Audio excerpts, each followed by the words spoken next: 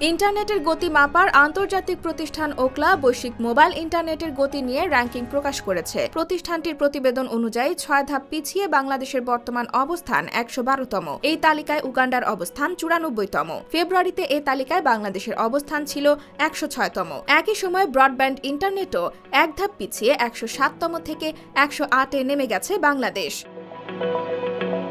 প্রতি মাসে speed test global index নামে প্রতিবেদন প্রকাশ করে ওকলা। প্রতিবেদন অনুযায়ী মার্চ মাসে বাংলাদেশে মোবাইল ইন্টারনেটে গড় ডাউনলোড স্পিড ছিল ২৪.৫৯ এমবিপিএস আর আপলোড স্পিড ছিল ১১.৫৩ এমবিপিএস। এ সময় দেশে মিডিয়ান ল্যাটেন্সি ছিল ২৫ মিলিসেকেন্ড। গত ৬ মাসের মধ্যে সবচেয়ে অবনতি হয়েছে চলতি বছরের মার্চে। এ মাসে অবস্থান ঠেকেছে ১১২-তে। এর আগে ২০২৩ সালের অক্টোবরে ১১১তম অবস্থানে নেমে যায় বাংলাদেশ। অবশ্য এর পরের মাসেই অবস্থানের উন্নতি হয়।